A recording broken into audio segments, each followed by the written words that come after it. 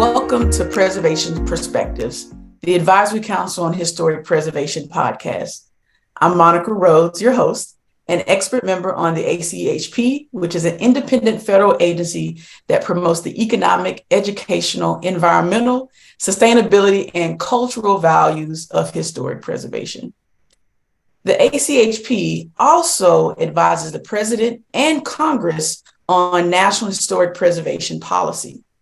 In October, Matthew Vriesman, a history teacher at East Kentwood High School in Michigan, was named the 2023 National History Teacher of the Year by the Gilder Lehrman Institute of American History. The award began as a partnership between the ACHP, Gilder Lehrman and HISTORY, formerly known as the History Channel, which was originally announced as a part of the Preserve America federal initiative in 2003 by First Lady Laura Bush, on the same day that President George W. Bush signed the Preserve America Executive Order. Now, in its 20th year, the National History Teacher of the Year Award highlights the crucial importance of history education by honoring exceptional American history teachers from elementary through high school. The annual award honors one K through 12 teacher from each state and the District of Columbia, the Department of Defense schools, and the U.S. territories, and names one state winners as the National History Teacher of the Year. There were more than 7,000 educators nominated this year by parents, students, teachers, and administrators. We are very honored to have with us today Matt Vriesman, the national winner. Welcome, Matt, and congratulations on being named the History Teacher of the Year. Thank you very much for having me. I was so excited when we set this up, so looking forward to our conversation today. Thank you so much. The introduction still sounds kind of crazy to me, but I know so many fantastic history teachers who are just doing amazing things every single day. So it's an honor to represent all the wonderful history teachers there are out there. So. Well, Matt, your work is extremely important. As a history major, I'm super excited to talk with you. It was through an exceptional teacher in high school that set me on this path of historic preservation. Awesome. So let's just jump right in it. Why, Matt, is teaching students the importance of history? Why is that so important to you? One, that's a question that I get a lot, so it's kind of, should definitely have a quick answer, but sometimes I have a hard time answering that question really succinctly because I think it's one of the most important things that we could possibly be doing as a country and as a society. I'm so proud to be a public school teacher. I think the mission of public schools, that everyone in our society deserves an education and deserves a rigorous education and deserves to get the tools and to understand the tools, how to participate in our society. I just think that's such a wonderful mission that public schools have. I'm so proud to be a part of that. And of course, I'm biased, and I tell my students this all the time, that this is by far their most important class. Like, hey, if you're really tired and you get, no, of course, I don't tell them to nap in their other classes, but I definitely say, you can't nap here. Like, literally, civilization is at stake, right? Yeah. And I tell them, hey, if an evil dictator takes over and you know a lot of math and absolutely no history, you're going to be a tool of the dictator, right? The dictator would love that. But do you know how to stand up to dictator? Do you know who scares evil dictators? It's people who know history. So I was kind of put that plug in with my students as I'm trying to be a little bit extra every day to try to get them engaged. But I guess that's my answer. Why is it important to be a history teacher? Because literally our civilization depends on our society having complex understandings of important issues, and sometimes issues that are really difficult to talk about. But social studies class is the place where the whole community is forced together in one room to talk about all the opportunities and all of the beautiful founding values that we have and how those founding values are tools, but also to talk about all the ways we've failed to live up to those founding values, and to acknowledge that it's now our turn as historical actors and to dream together about what type of society we want. And it's like the one place where everyone has to come. The whole community, we get together to talk about all this stuff. So I just find that a really beautiful thing, and I'm so happy to be a part of that. So the long answer, but I think teaching history and how we teach history is very, very, very important. Yeah. I mean, Matt, you hit the nail on the head. I mean, these are histories that we all inherit, whether we realize them or know them or not. These are things that we live with, every single day. And so, Matt, I'm curious. I want to, jump a few steps back and ask, how did you get into this field? Like, what inspired you to become a public school educator?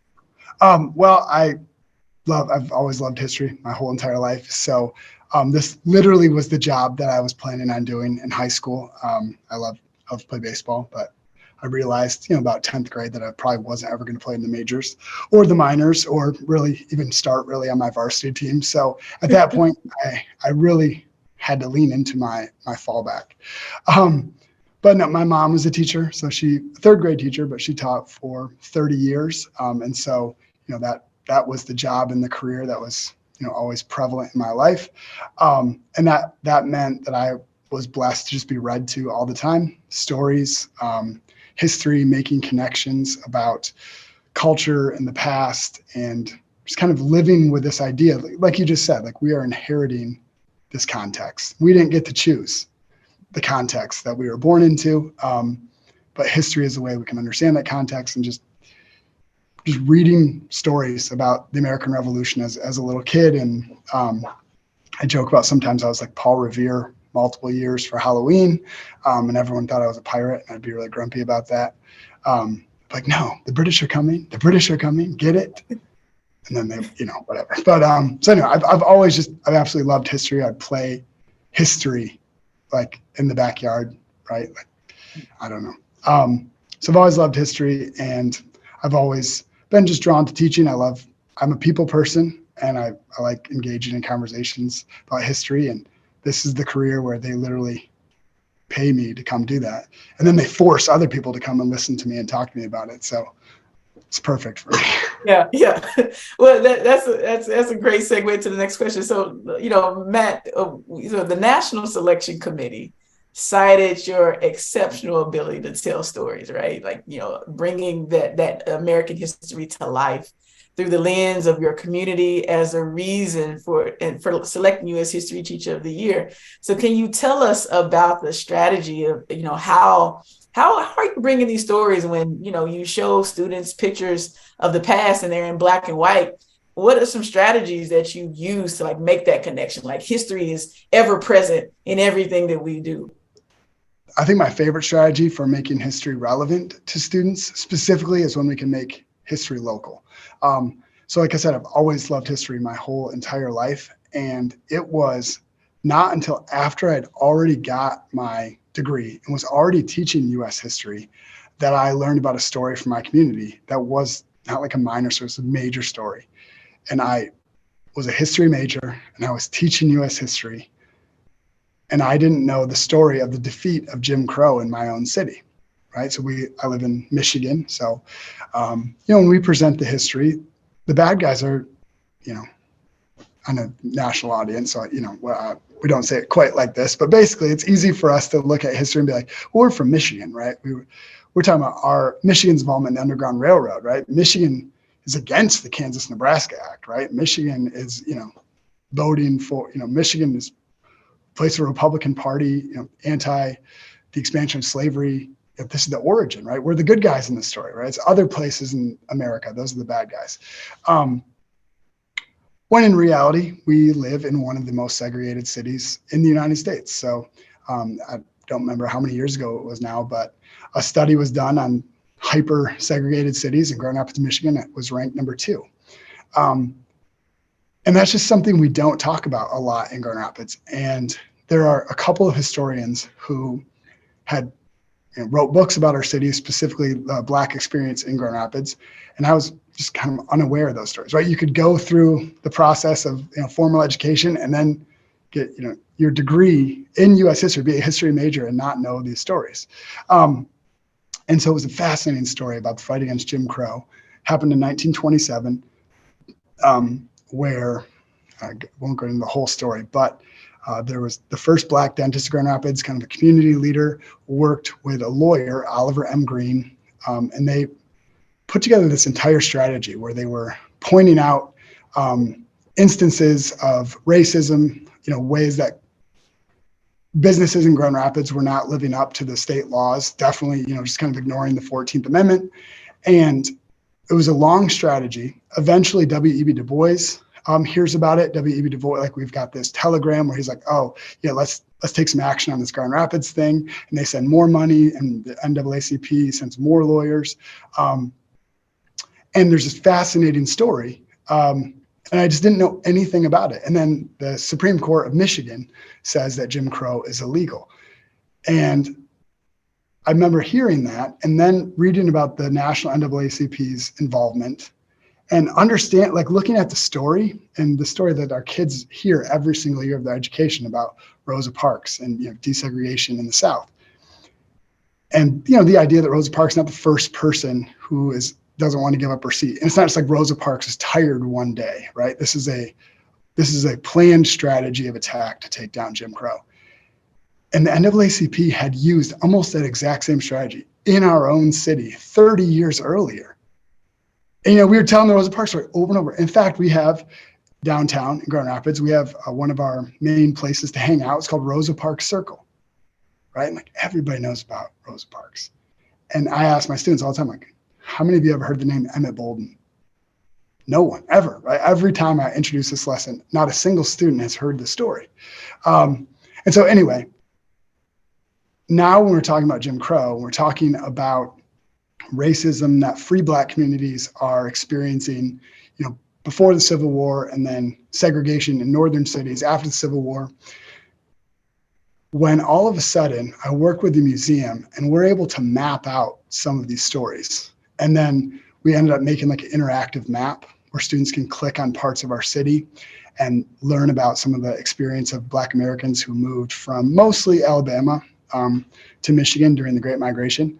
All of a sudden you're reading these stories, and it's not just another vocab from somewhere else, but every year this happens, hey, that's where I live, or this church, my grandma goes to that church. What? W.E.B. Du Bois went and spoke at my grandma's church? What? And all of a sudden, it's kind of, random day-to-day, here's another high school class, another vocab term. Now these major events and major stories, or at least stories that connect to the major themes of this history, are taking place in where their grandma went to church, right? And then we're talking about segregation, and all of a sudden we look at, redlining maps of Grand Rapids, and you can clearly see the FHA loans, and you can clearly see the segregation that's baked into our city by laws and by zoning practices still exist today, right? Kids will even instinctively start mapping out. They'll be like, I live there, right? Oh, they just instantly understand how our city works, right? Well, they do before they even come into my class. I'm not explaining to them that race is a thing. They understand that before they come in. And they have assumptions about all the teams that we play against in our, high school football games, high school basketball games. This school's like this school's like this. And one of the major things we're trying to do in U.S. history class is to explain, that it didn't have to be like this, right? Our situation wasn't predestined, right? We are literally living with the accumulation of other people's choices, right? You mentioned that in the beginning. This is the context that we live in that we didn't get to choose. And when you can see those choices on paper as a primary source about our own city, and then say, oh, that's why this school's like that. That's why this school's like that. That's why when we go play, everyone knows when we go play these kids over here, they're not as accustomed to the diversity of I teach at the most diverse high school in the state of Michigan. Kids have an understanding of the racial makeup of our city and what that means, but they don't have an understanding of why it's like that. And then it's so powerful when they have in their hands the decisions that people made to make it like that. And as soon as you see the world as something that's not fixed, but something that is moldable, then you can start to see yourself as a historical actor, and you start to be curious, what if they didn't make that decision, right? What if they didn't believe in the mythology of race? What if they understood, as we all understand today, there's no such thing as race, and all of these assumptions they had were fairy tales and make-believe, except for the worst kind, very harmful mythology. What if they had made different choices? And then, of course, the most important part is that, like, what choices are we going to make, right? When we are handed the baton and our city is, the future of our city is planned out by us, right? How are we going to deal with the context that we've been given, and how are we going to imagine a better future? And that's our goal every day, whether we're talking about something that happens on the East Coast or the West Coast, but when it's happened here in West Michigan on our streets, all of a sudden it becomes so much more real. So making history local is the short answer. Yeah, I think, beautifully said. So one of the things that we say in the preservation field is that, all preservation is local. And you'll get the people who are from a city, from a local municipality who care about, who are deeply invested in these histories, and who are going to stand up when something is threatened to be knocked down or demolished. The local preservation laws have some of the strongest teeth in preservation, our preservation ecosystem. So this conversation is spot on with how we think, and we also talk about historic preservation broadly. So ringing all types of bells, like ding ding ding, is just kind of going off. Like Matt, we're definitely speaking the same language here. What's so powerful when we do that lesson is when we're breaking it down at the end. We'll get on Google. So it is like an interactive map. Basically, it's like a Google slide that links you to other slides based on museum artifacts and resources. But then we'll also just get on Google Drive, and we'll just drive past Emmett Bolden's house, which is still, in our city, and still in. Again, this is the story we're teaching is 100 years ago about Jim Crow in our city, and then we're going through an almost entirely Black neighborhood. That's still where Emmett Bolden's house is. And the kid's like, oh, I'm going to look for the historic marker. I've literally heard multiple years kids say that. And I don't say anything. I just let them look for it. Where's this is Emmett Bolden's house. An hour ago, they didn't know who that is. Now they're like, oh my gosh, Emmett Bolden. He's the hero of Grand Rapids. Where's the marker? I can't even see it. It's there's no marker, right? And they're like, what? The W.E.B. Du Bois got involved, right? This is the NAACP is building their strategy, which is what? There's no marker. What about the place, the Keith Theater? Oh, that's not there anymore. Oh, there's nothing there. Well, where's the Emmett Bolden statue? Oh, and then we start talking why is there a Rosa Parks statue? Now, Rosa Parks did move to Michigan, and of course, all kids should learn about Rosa Parks multiple years. Not saying that, but the point is we've got to talk a lot about Rosa Parks. And one of the most incredible things that a kid ever said, they say brilliant things. They always blow my mind. It's awesome, part of being a teacher.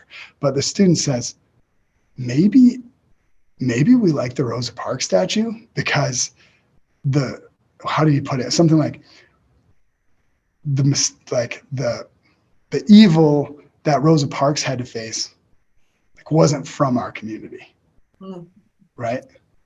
Yeah. And so we can just stand by Rosa Parks because she's a hero. And yeah, of course, we're always on the right side. But maybe we don't celebrate the Emmett Bolden story as much because Grand Rapids was his oppressor. And that's a little bit harder to deal with. And I don't know exactly how he said it, but I remember just being I just got the chills again, just thinking about that. I'm like, whoa, just the power of local history and place and getting kids to think about, and then we start, briefly, now maybe this conversation is going to inspire me into greater things on this, but we just start looking at what historic places are there in Grand Rapids, what type of history they have to go with. For our city, a lot of it is furniture factories. Grand Rapids is the furniture city. And then we learn in that lesson that this not common knowledge. Most people know what's Grand Rapids. Oh, it's a furniture city. But not common knowledge is that the furniture factory owners got together and made a gentleman's agreement to not hire Black workers. And so we call it furniture city. Furniture city for who, right? Not for everybody, right? But those are the places, and the businessmen who have the most historic markers or the buildings, and that's the part of history that kids are like, they could give a crap about industry and furniture. Not that they shouldn't understand 19th century industry, but that's not their interest, yet they know it's Furniture City because that is the history that we preserve. They're way more interested in the story of Emmett Bolton than they never heard it before, right? And why is that? What do we preserve? What do we value? And it just starts to unlock super powerful things, and all of a sudden you're like, whoa, public education is awesome. This is so great that the taxpayers of our community are paying for us to get together just to ponder past times. Preservation, like politics and community design and planning, architecture, like it's a set of decisions, collection of decisions about what do we want to remember in terms of preservation. Really be interesting to see, for the sites that are preserved in Grand Rapids, Kentwood, if you were to only paint a picture about the stories or the places that have these markers, what histories, would be told, and then I need to write that down. You just made a fantastic lesson. That's the lesson plan right there. Well, keep us posted on how that goes. That's the objective. All right, let's Google it. What are our story? Let's tell the story. Yeah, let's tell it. But here's a question for you, Matt. So what are some of the things that you think history teachers in our country should think about when approaching American history today? Overall, I would boil it down to, and I know the context of that question, right? As we know, sadly, that there are 20 plus states who have passed laws making the teaching of history, certain parts of our history, illegal, right? Because it doesn't fit in with the narrative that they would like to tell about their states or their places. I don't live in one of those states. I live in a state that encourages rigorous education and is not afraid of teaching history in history class. So I feel very supported here in the state of Michigan and in my wonderful district that celebrates all of our student stories. But I know that's not the case everywhere else, right? And sadly, we know that, saw the stat somewhere that like 1 in 4 teachers have admitted to altering their lessons some way out of fear of repercussion for the politics of teaching history. So my answer will be in that context, and my advice is, like, of course, you're not teaching American history if you're not teaching about race. We should be talking about race like all the time. It impacts the development of every single institution. Literally, our job description is to lead teenagers to understand like the development of all of our major institutions. That's pretty much like what we do, right? And the idea that race is real has like impacted every major institution, right? And race is not real, right? It's not a biological reality. So my advice to history teachers, like, we got into this profession because we love history and engaging students and talking to them about the past, and again, with a point of kind of like dreaming about the future. So we're not doing that, right? If we're not talking about race. And my advice is just, I start at the very beginning of the year. We talk about the biology of it first. I have students go through just a really kind of simple activity where they're predicting based on pictures of people whose ethnicity would, be more closely related, or whose DNA would be more closely related. And if, anyway, they go through that process, and then we see that, this woman from France and this woman from Ghana, who American society and history would classify as white and black, have much more similar DNA than a woman from, East Africa and a woman from Indonesia, who our society would, of course, group a woman from Ghana and a woman from Madagascar as the same group, right? And that has absolutely no historical nor biological truth to it at all. It's just an incorrect assumption that our society makes.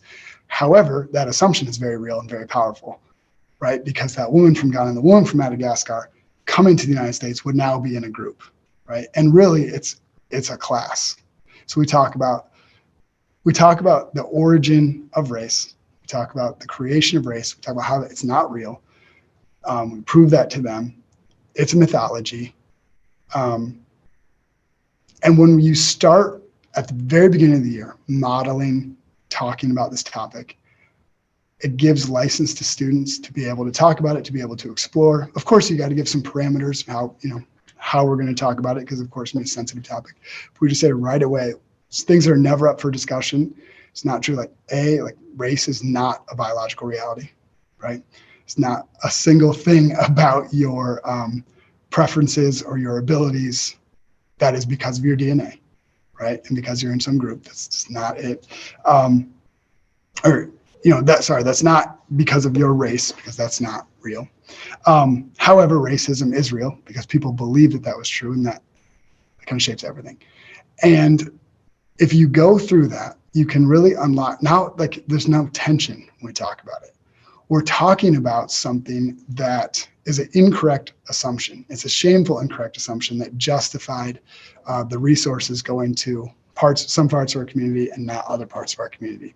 And that's a problem. It's a problem that we start with from the very beginning. So we're going to celebrate the founding values, right? After we study world history class, man, can you believe the society based on these Enlightenment values and the beauty of the individual, like liberty for everybody? These are wonderful values, but we got a big problem because they're polluted with mythology. And so when we present it like that from the beginning, we model, this isn't something we're going to avoid, or like, oh no, this topic's coming up, this is a little bit awkward. Whenever we talk about it, we're going to talk about almost kind of like a sad thing, right? Like, oh, can't believe people believe this bullcrap. It's not real. And then we're going to approach it not as Black students or white students, but we're going to be approaching this as like problem solvers. And we're kind of in that together. And I think that can just cut through a lot of the stress or anxiety of, I don't know if I want to talk about race. I talk about race quite a bit in class. We discuss it quite a bit. We don't bring it in where it doesn't belong, but it shows up all the time, right? Oh, today we're going to talk about this topic. Well, guess what? Race gets involved. So when we talk about these things, I don't know, we're modeling from the beginning of the year that that's okay. So, and then we're the problem solver. Yeah, it's important groundwork to lay in topics. I mean, Matt is working folks. We're in these rooms where adults are grappling and having challenges, even verbalizing their feelings, in certain spaces. So I think the earlier people can begin to get comfortable with the uncomfortableness, the seemingly uncomfortableness that comes with talking about a reality that we have all agreed that we are in.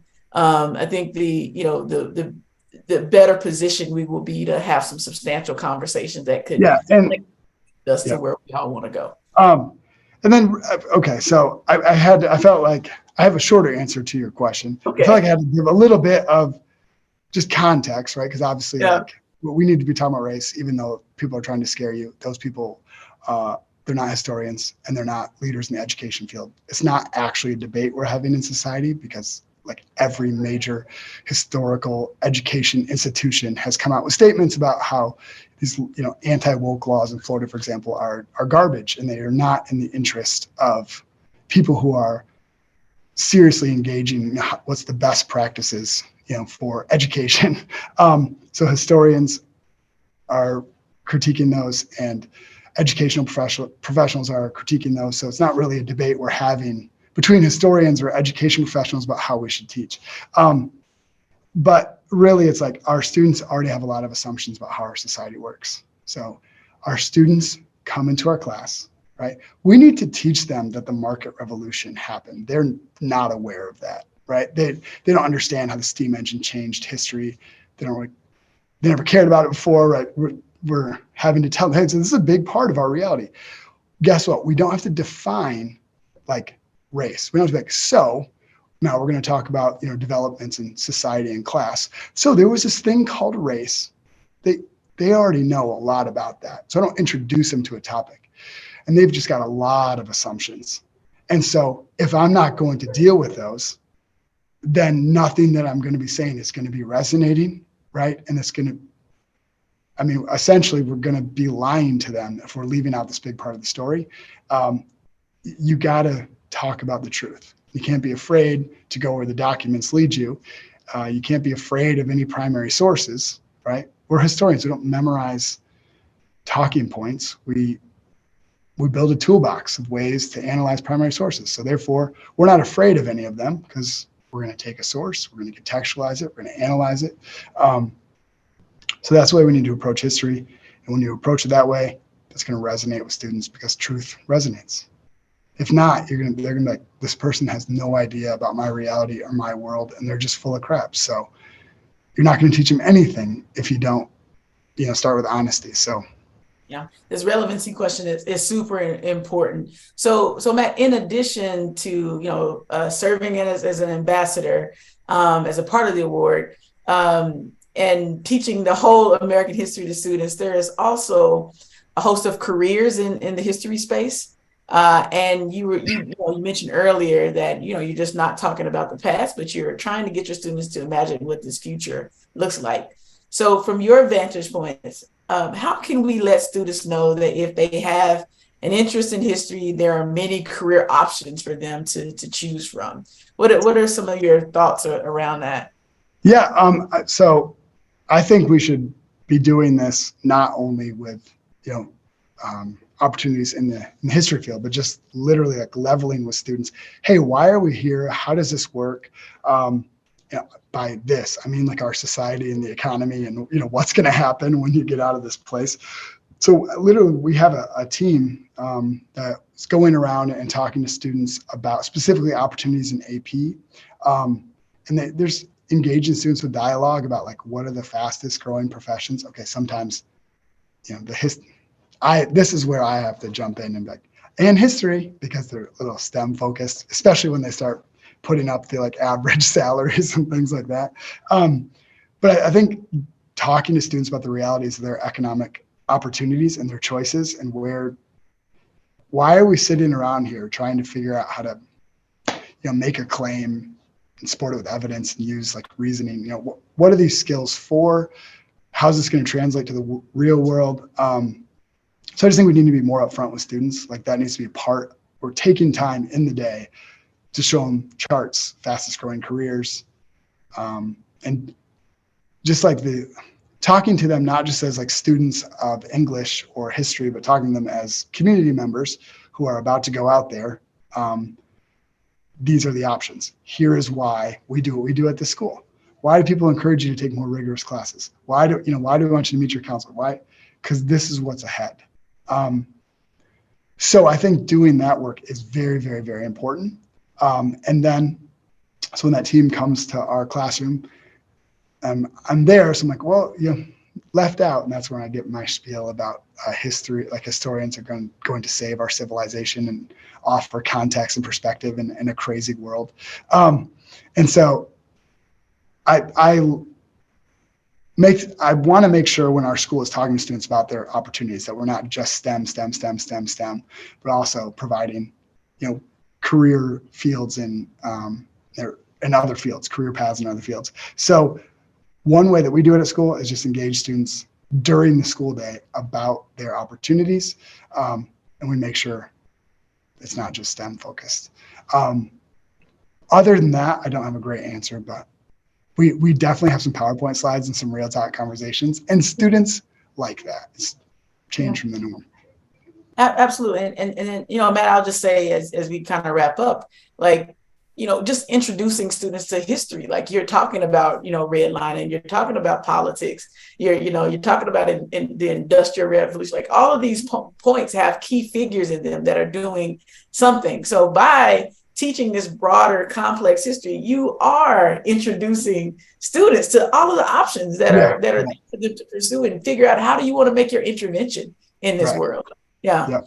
So I love presenting history. Like this is I don't like history stuff. I'm like, what do you mean you don't like history? There's literally everything. That means you like nothing. That means you have zero interest in the whole entire world, because this is where your interest came from. Right. Do you not like music? Why your interests exist. Right. So if you don't like history, then you don't like anything.